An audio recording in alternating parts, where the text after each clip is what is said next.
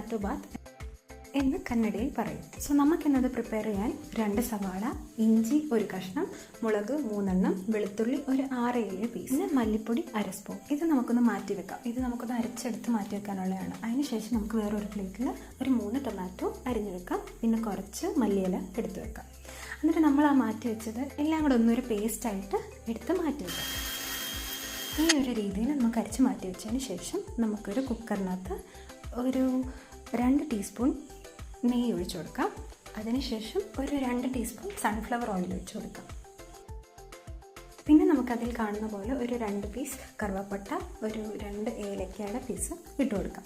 എന്നിട്ട് നമ്മൾ ആ മാറ്റി വെച്ച് അരച്ച ആ ഒരു പേസ്റ്റ് നമുക്കിതിനകത്തോട്ട് ചേർത്ത് കൊടുത്തിട്ട് എല്ലാം ഒന്ന് ചെറുതായിട്ട് മിക്സാക്കി ഒരു ചെറുതായിട്ടൊരു കളർ മാറുന്ന സമയത്ത് നമുക്ക് ഒരു 1/2 സ്പൂൺ ഗരം മസാല ഇട്ട് കൊടുക്കാം. എന്നിട്ട് അതും കൂടെ നമുക്കൊന്ന് മൊത്തത്തിലൊന്ന് മിക്സാക്കി എടുക്കാം.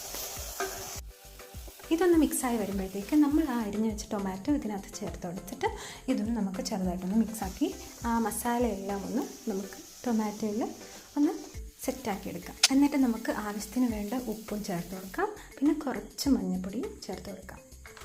എല്ലാം നമുക്കൊന്ന് മിക്സാക്കിയതിന് ശേഷം നമ്മൾ 1 ഗ്ലാസ് പൊന്നി റൈസാണ് ഇവിടെ എടുക്കുന്നത്, അതായത് കനം കുറഞ്ഞ പച്ചരി. അതിന് അപ്പോൾ നമ്മൾ 1 ഗ്ലാസ് അരിയാണ് എടുക്കുന്നതെങ്കിൽ അതിന് നമുക്ക് 2 ഗ്ലാസ് വെള്ളം ഒഴിച്ചിട്ട് ഒരു വിസിലാകുമ്പോഴത്തേക്ക് നമുക്ക് വെന്ത് കിട്ടും. അപ്പം നമ്മൾ ഇതിപ്പം 1 ഗ്ലാസ് പച്ചരിയാണ് എടുത്തിട്ടുള്ളത്.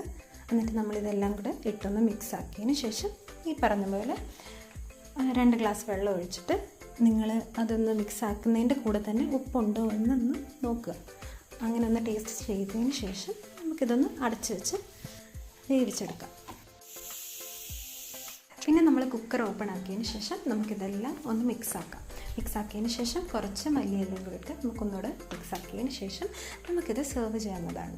സോ ഈ വീഡിയോസ് ഞാൻ ഇതേപോലെ അപ്ലോഡ് ചെയ്യുന്നതായിരിക്കും. നിങ്ങളുടെ എല്ലാവരുടെയും സപ്പോർട്ട് വേണം, നിങ്ങളുടെ ഫീഡ്ബാക്ക് കമൻറ്റിലൂടെ. So thank you so much guys.